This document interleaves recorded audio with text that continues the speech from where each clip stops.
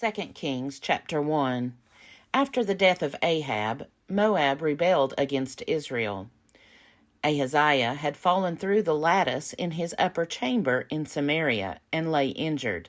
So he sent messengers telling them, "Go, inquire of Baal-zebub, the god of Ekron, whether I shall recover from this injury." But the angel of the Lord said to Elijah the Tishbite, "Get up, go to meet the messengers of the king of Samaria, and say to them, Is it because there is no God in Israel that you are going to inquire of Baal-zebub, the god of Ekron? Now, therefore, thus says the Lord, You shall not leave the bed to which you have gone, but you shall surely die." So Elijah went.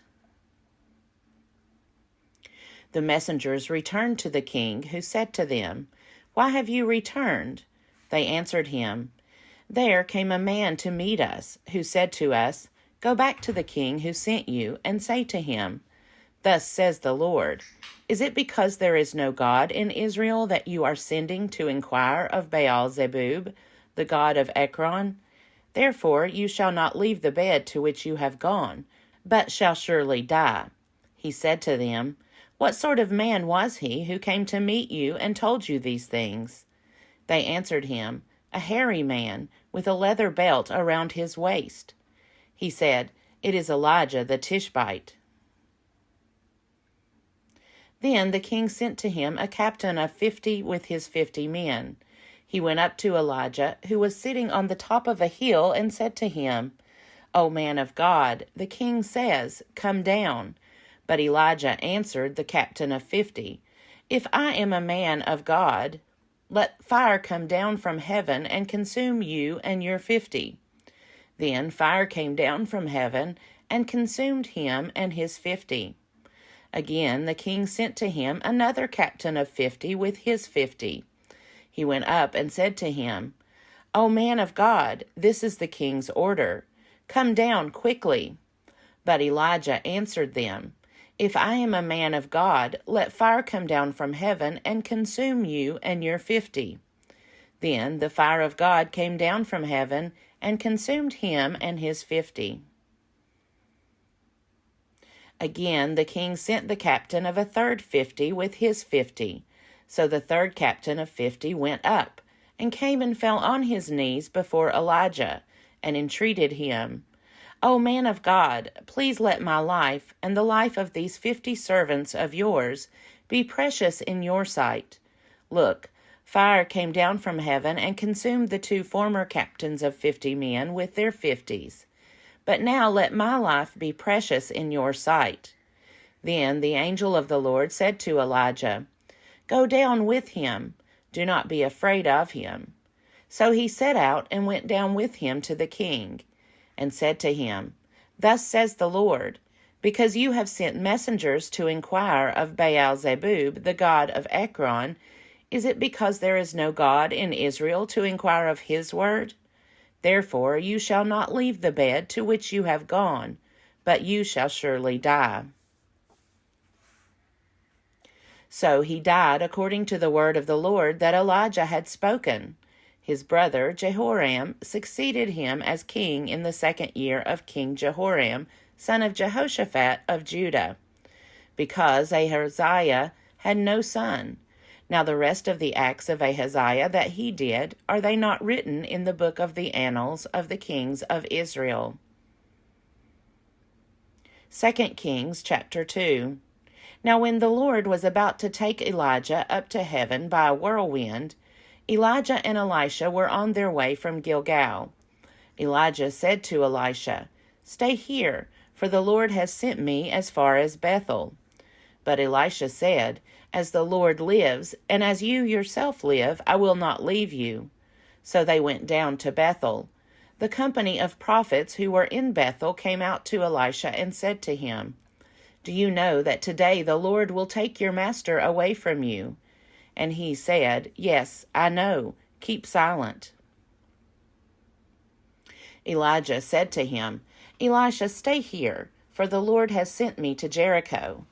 But he said, "As the Lord lives, and as you yourself live, I will not leave you." So they came to Jericho.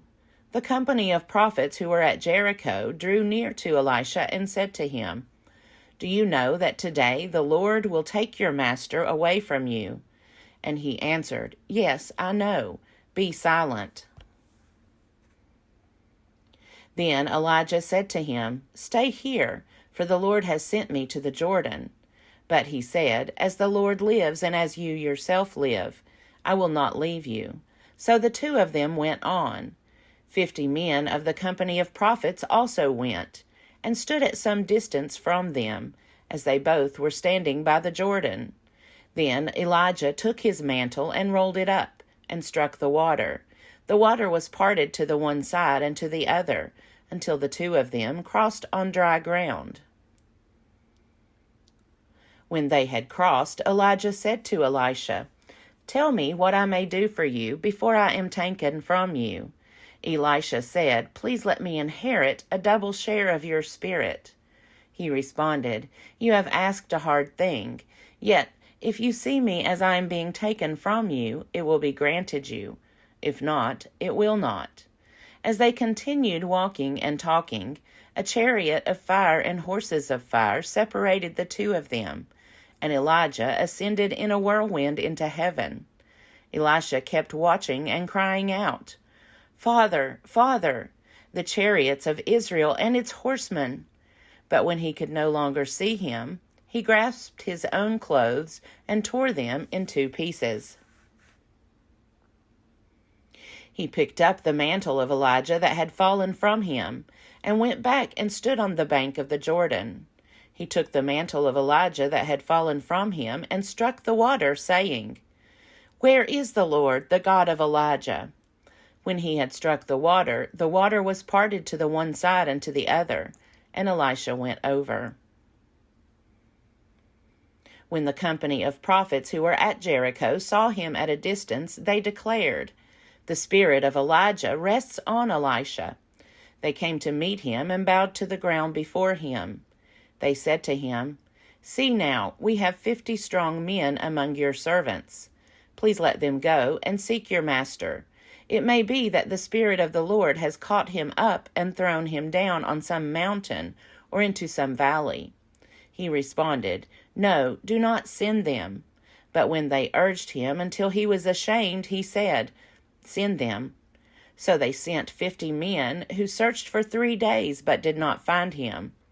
When they came back to him, he had remained at Jericho. He said to them, "Did I not say to you, do not go?" Now the people of the city said to Elisha, "The location of this city is good, as my Lord sees, but the water is bad, and the land is unfruitful." He said, "Bring me a new bowl, and put salt in it." So they brought it to him. Then he went to the spring of water and threw the salt into it, and said, "Thus says the Lord, I have made this water wholesome. From now on neither death nor miscarriage shall come from it." So the water has been wholesome to this day, according to the word that Elisha spoke. He went up from there to Bethel, and while he was going up on the way, some small boys came out of the city and jeered at him, saying, "Go away, bald head! Go away, bald head!" When he turned around and saw them, he cursed them in the name of the Lord. Then 2 she-bears came out of the woods and mauled 42 of the boys. From there he went on to Mount Carmel and then returned to Samaria. 2 Kings chapter 3. In the 18th year of King Jehoshaphat of Judah, Jehoram son of Ahab became king over Israel in Samaria. He reigned 12 years. He did what was evil in the sight of the Lord, though not like his father and mother, for he removed the pillar of Baal that his father had made. Nevertheless, he clung to the sin of Jeroboam son of Nebat, which he caused Israel to commit. He did not depart from it. Now King Mesha of Moab was a sheep breeder, who used to deliver to the king of Israel 100,000 lambs, and the wool of 100,000 rams. But when Ahab died, the king of Moab rebelled against the king of Israel. So King Jehoram marched out of Samaria at that time and mustered all Israel. As he went, he sent word to King Jehoshaphat of Judah, "The king of Moab has rebelled against me. Will you go with me to battle against Moab?" He answered, "I will. I am with you. My people are your people. My horses are your horses." Then he asked, "By which way shall we march?" Jehoram answered, "By the way of the wilderness of Edom." So the king of Israel, the king of Judah, and the king of Edom set out. And when they had made a roundabout march of 7 days, there was no water for the army or for the animals that were with them. Then the king of Israel said, "Alas, the Lord has summoned us, 3 kings, only to be handed over to Moab." But Jehoshaphat said, "Is there no prophet of the Lord here, through whom we may inquire of the Lord?" Then one of the servants of the king of Israel answered, "Elisha, son of Shaphat, who used to pour water on the hands of Elijah, is here." Jehoshaphat said, "The word of the Lord is with him." So the king of Israel and Jehoshaphat and the king of Edom went down to him. Elisha said to the king of Israel, "What have I to do with you? Go to your father's prophets or to your mother's." But the king of Israel said to him, "No, it is the Lord who has summoned us, 3 kings, only to be handed over to Moab." Elisha said, "As the Lord of hosts lives, whom I serve, were it not that I have regard for King Jehoshaphat of Judah, I would give you neither a look nor a glance. But get me a musician." And then, while the musician was playing, the power of the Lord came on him, and he said, "Thus says the Lord, I will make this wadi full of pools.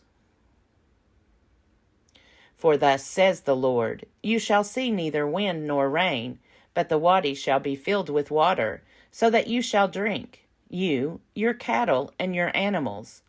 This is only a trifle in the sight of the Lord, for he will also hand Moab over to you. You shall conquer every fortified city and every choice city. Every good tree you shall fell. All springs of water you shall stop up, and every good piece of land you shall ruin with stones." The next day, about the time of the morning offering, suddenly water began to flow from the direction of Edom, until the country was filled with water. When all the Moabites heard that the kings had come up to fight against them, all who were able to put on armor, from the youngest to the oldest, were called out and were drawn up at the frontier. When they rose early in the morning, and the sun shone upon the water, the Moabites saw the water opposite them as red as blood. They said, "This is blood. The kings must have fought together and killed one another. Now then, Moab, to the spoil." But when they came to the camp of Israel, the Israelites rose up and attacked the Moabites, who fled before them. As they entered Moab, they continued the attack. The cities they overturned, and on every good piece of land everyone threw a stone, until it was covered. Every spring of water they stopped up, and every good tree they felled. Only at Kir Hareseth did the stone walls remain, until the slingers surrounded and attacked it.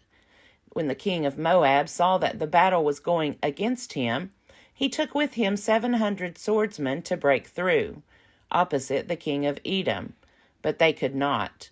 Then he took his firstborn son, who was to succeed him, and offered him as a burnt offering on the wall. And great wrath came upon Israel, so they withdrew from him and returned to their own land.